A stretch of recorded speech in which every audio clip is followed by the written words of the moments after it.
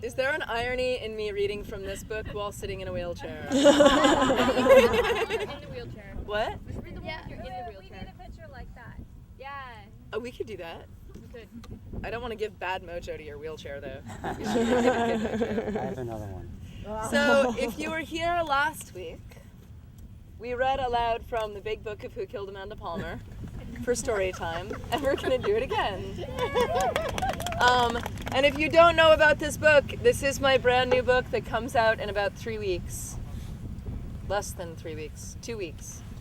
And it's a book of photographs of me dead in all sorts of interesting places with stories by Neil Gaiman.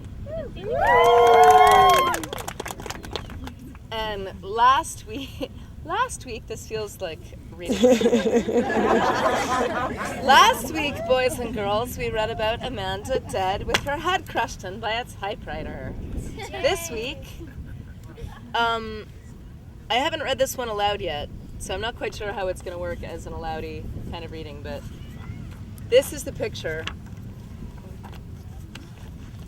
It's Amanda Palmer circa 2008 killing Amanda Palmer circa 2003 with a big sword. And so basically the way we did it is that Kyle, I already had a bunch of photos, Kyle took a bunch of photos, and then Neil would write stories basically to match the photographs. And so Kyle had this idea that we were going to do it, Amanda killing an Amanda, and then Neil wrote the story to go along with it. And this one is called The Sword. You only get to kill yourself once. Most people don't even get that. Amanda Palmer materialized in the alley in a crackle of blue sparks and the sharp scent of ozone, like all Terminators. She had a sense of style, and you had to do these things properly.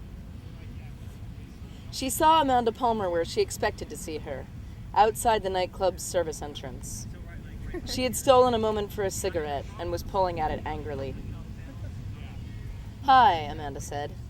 "Want to come for a walk?" Her younger self barely looked at her. "Leave me alone," she said. "It's been a long night."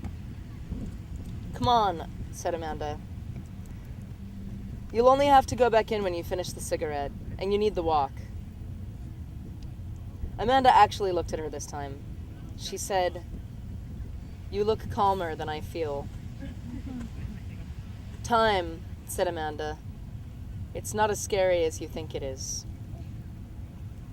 "If it's not scary," said Amanda, padding by her side through the streets of Boston, "then what are the swords for?" "They are to make it fair." She said it, and knew as she said it that it would not be fair. It wasn't. The younger Amanda had youth and speed on her side, but Amanda had craft and cunning and experience. She had learned to be bloodthirsty. Amanda had thought that it would be a hard thing, killing her younger self. But at the end, she found it easy, almost pleasant, to administer the killing stroke. She had hoped that Amanda would ask her why. She even had a speech prepared, all about art and compromise. It was a fucking kick-ass speech, and she was disappointed not to have been able to deliver it. And then there was an ozone crackle, and she was home. How was it? "Oddly satisfying," she said. She cleaned the blood from the blade, rubbed it with mineral oil, hung it on the back of the wall above her door. "You won?"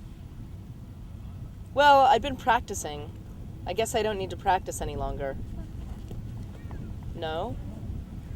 A pause, and then, "What happens if a you from the future arrives here?" "That isn't gonna happen. Not ever. I'm not going to fucking compromise." Silence. She reached up to the wall above the door, pulled down the sword, commenced to parry, to thrust, to fight shadows.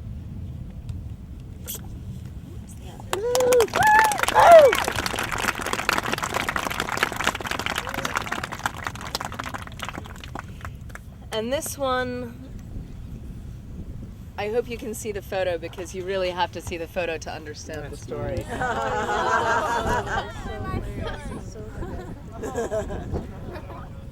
And it's called Modern Love.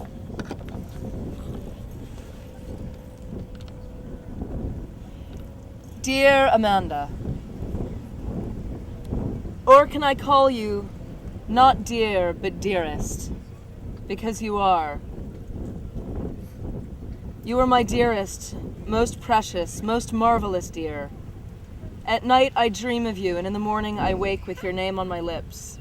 Truly, I wake and say your name. Is that not ridiculous? But do not ridicule me. I am, after all, a man in love. Marry me. There, I've said it. I want to look at you always, to look up and see the tilt of your smile, the slight crook of your teeth, the paint splash blue of your eyes. I want your kiss and your embrace. And in return, I will keep you safe. Nothing will harm you if you marry me. I will spend my days plotting ways to make your life more pleasant. I shall bring you little gifts and flowers. Not a day will dawn without flowers, and your welfare will be more important to me than my own. Every word you utter will be as an order to me. Your tiniest whim will be my command. And all I would ask in return is your love, your hand in marriage. I want you to bear my children, I want you to prepare my meals and clean my house. You and you only to make our bed each morning, and you to be there for me at the end of the day with a smile on your face as I return from a hard day's work. I exaggerate, of course. Should you wish a career outside the home, I would support you in this, as in everything. And yet something tells me you would not need this to be happy. I will make your world modern in every way. We will make a stylish couple, my dearest. We shall be the couple that the other newlyweds on our street will envy. You will want for nothing. Please say yes, and make me the happiest man in the world, and yourself the happiest woman. I am yours, and only yours, till death do us part.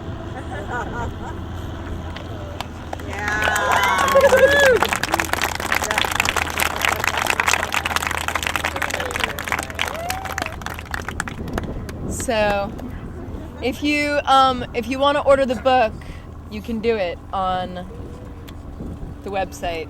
It's some of you have probably already pre-ordered it, but it actually will be for sale in the way where you pay for it, and it comes to your home in about 2 weeks. So if we pre-ordered, it'll be about 2 weeks. It's shipping on July 16th.